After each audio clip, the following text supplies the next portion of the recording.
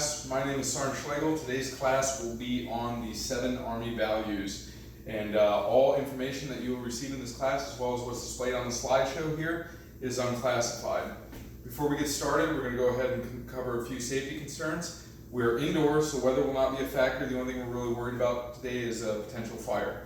If fire does take place, we're going to calmly stand up and utilize either the rear exit of this living room here, as well as the side exit leading out towards the driveway, and we'll form up, make sure we have accountability, and call the fire department.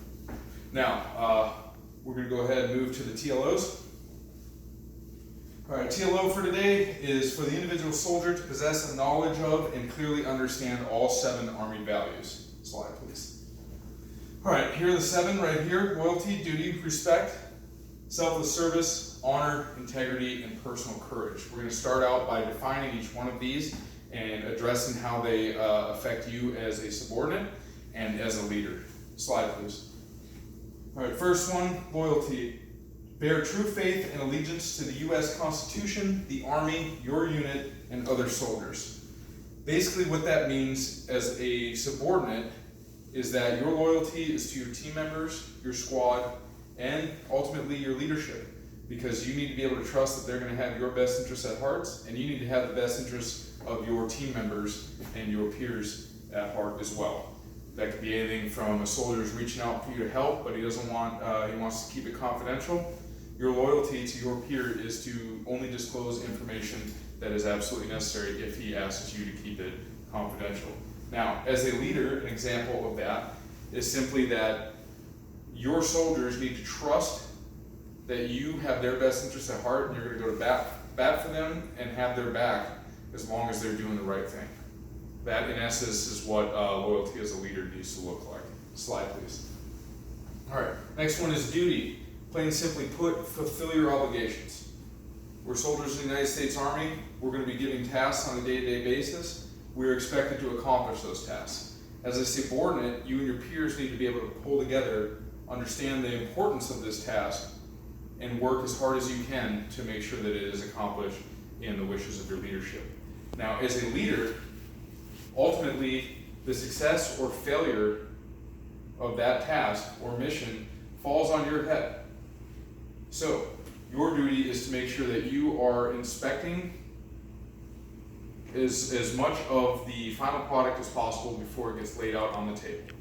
So, basically, keep tabs on your troops, make sure that they are following the directions and guidance that you gave them as a leader, and make sure that you step in only when necessary to accomplish that task. Slide, please. Respect. Guys, treat people as they should be treated. We're all adults and soldiers in the U.S. Army. We deserve to be treated as such.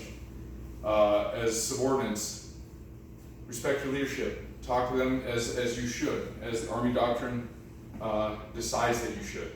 Address them by rank.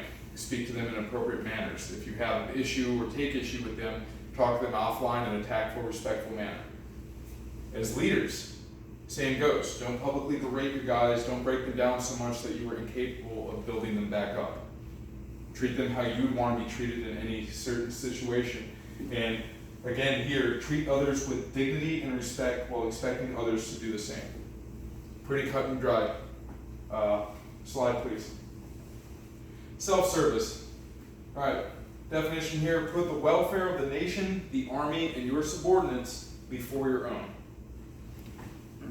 As subordinates, mission comes first, right? Mission comes first, and sometimes your buddies come first too. You see a buddy struggling, you might not need to keep moving at the pace that you're moving at, because it will serve no good for one to finish before the pair. So look out for each other, okay? Put the team first. And as leaders, this mainly says that, hey, your needs are second to those of your men and the mission, okay? In order for the mission to be successfully accomplished, the troops, the men and women that are serving under you, are going to need assurances, and as well as many things, whether equipment or rest or things of that nature, in order to accomplish that mission. So in essence, make sure that they are getting what they need, even if you have to sacrifice a little bit of what you may feel you need in order to get that mission done and keep your guys healthy and strong. Next slide, please. Honor. Live up to the Army values. Things we're talking about here, okay? There are many stories throughout Army history and military history as a whole, actually, of lots of examples of selfless service, where, as it talks about here, they are awarded the highest military award that you could possibly receive, which is the Medal of Honor. Now, no one's asked you to do that today. We're just simply here to talk about the meaning of honor as it comes to subordinates and leadership. And the question I would pose is that as a leader, if you conduct yourself without honor, how do you expect your troops to follow you? That would be something that I would take from here and think about. And as peers, if you conduct yourself with honor, you're going to be an example for your peers to follow. And you're just going to have a much stronger team for that. You're going to be able to know that you can trust each other, depend on each other, and truly move forward with the mission as a cohesive unit. Slide, please. Integrity. Do what's right, legally and morally. We've been told since day one, do the right thing, okay? As a subordinate, you're in the barracks having fun with your friends and you witness someone doing something that is outside legal accordances with the UCMJ. You have choices. Act without integrity, act like you didn't see it, or even take part in it yourself. Or act with integrity, counsel that individual if it's prior to the act taking place, and if it's not, do the right thing, utilize your chain of command, and get this issue addressed. And as leaders acting with integrity, you're going to be expected to follow through with both positive and negative consequences, and they need to be able to fit the instance of what happened. And you will need to know what the right action is, and you need to understand integrity to do that. Next slide, please. Personal courage, to face fear, danger, or adversity, both physically and morally. Basically, guys, what that means is that we're in the U.S. military, in the U.S. Army. We may be asked to go somewhere far away and do some dangerous things, and that's going to be part of the job for us. We need to be able to do that without hesitation. Okay, you may be scared, but it's about digging deep inside yourselves and finding the will and the strength to go on and push through it anyway. As a subordinate, you might be given a kind of a scary order one day, or something that you may not feel that you're prepared to do, but you need to find that preparedness inside yourself and push forward. And as a leader, you're going to have to give those orders, potentially. And if you do, you better have the courage to stand there with your men and carry them out. And it's basically as simple as that. Next slide, please. All right, so we've gone over the 7 Army values, okay? First thing we covered, what was going to happen here today in this class is we were going to cover all 7 Army values. We've identified them, we've defined them, we've discussed how the Army values apply to the individual soldier, and we've discussed how the Army values have applied to leadership.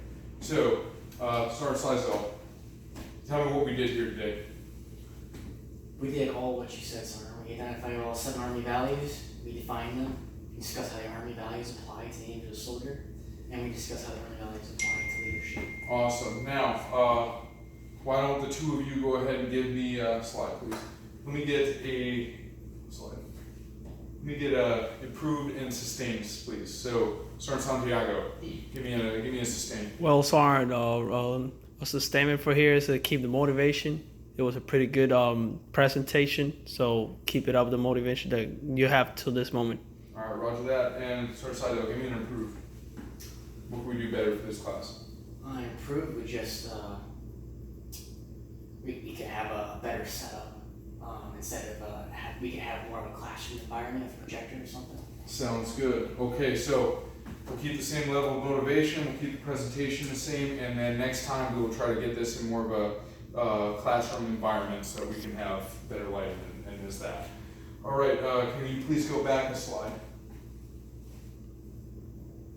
Do I have any questions before we close this out today? All right, so we covered the 7 Army values, we've identified them, we defined them, we talked about how they apply to the individual soldier as well as the leader. The improved for today is going to go ahead and try to get a better classroom setting in order to, next time we reteach this class. And a sustained, we're going to keep the same level of motivation and presentation. Before you go, references include goarmy.com, army.mil, and ausa.org is where you can find any and all information pertinent to the 7 Army values. All right, class dismissed.